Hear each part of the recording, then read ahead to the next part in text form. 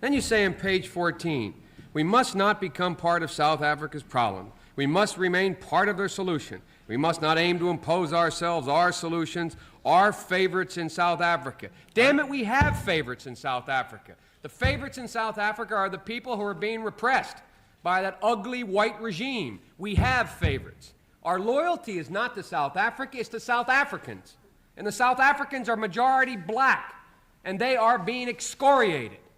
It is not to some stupid puppet government over there. It is not to the Afrikaner regime. We have no loyalty to them. We have no loyalty to South Africa, to South Africans. And the fact of the matter is I listen to this rationale first of all. It is the leaders of South Africa and their people, black and white, who have the majority responsibility. They must rise to it. Well, they are rising to it. They're rising to it. The only thing left available to them with that repulsive, repugnant regime of Afrikaners there. And it's the only way they have. They've tried everything for the last 20 years.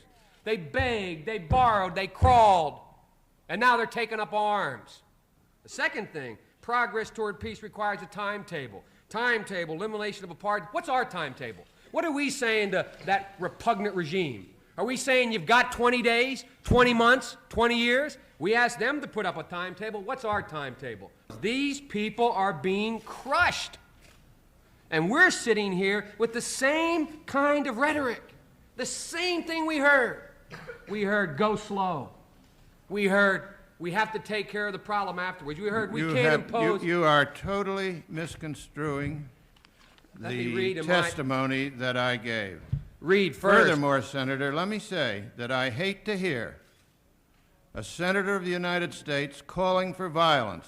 I'm not calling for violence. That's what you're doing. I hate to hear exactly what you're doing. I hate to hear an administration and a Secretary of State refusing to act on a morally abhorrent point. I hate to hear this country. I'm ashamed that this country puts out a policy like this that says nothing, nothing.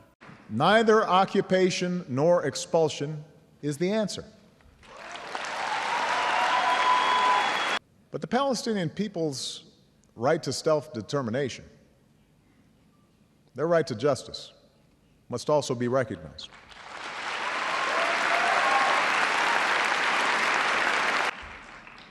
And put yourself in their shoes. Look at the world through their eyes.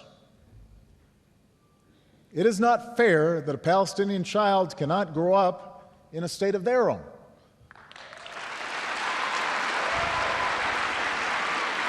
Living their entire lives with the presence of a foreign army that controls the movements, not just of those young people, but their parents, their grandparents, every single day. It's not just when settler violence against Palestinians goes unpunished.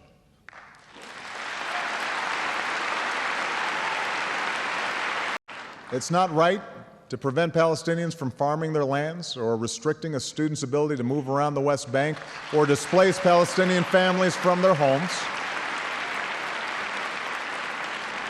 Just as Israelis built a state in their homeland, Palestinians have a right to be a free people in their own land.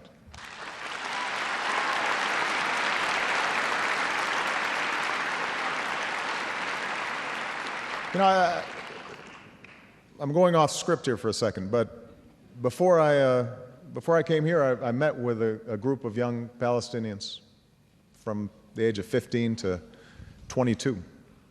And talking to them, they weren't that different from my daughters. They weren't that different from your daughters or sons. I honestly believe that if any Israeli parent sat down with those kids, they'd say, I want these kids to succeed. I want them to prosper. I want them to have opportunities just like my kids do. I believe that's what Israeli parents would want for these kids if they had a chance to listen to them and talk to them. I believe that.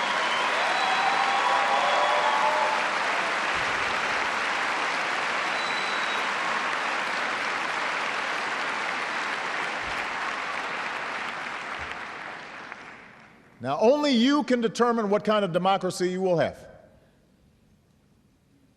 But remember that as you make these decisions, you will define not simply the future of your relationship with the Palestinians, you will define the future of Israel as well. As Ariel Sharon said, I'm quoting him, "It is impossible to have a Jewish democratic state at the same time to control all of Eretz Israel. If we insist on fulfilling the dream in its entirety, we are liable to lose it all."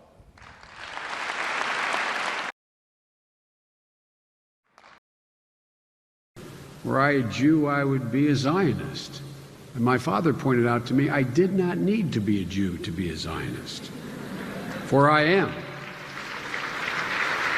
And I say again, you need not be a Jew to be a Zionist. The fact is that since then, I've known every single prime minister, and it's been an honor. Formed strong working relations with each of them.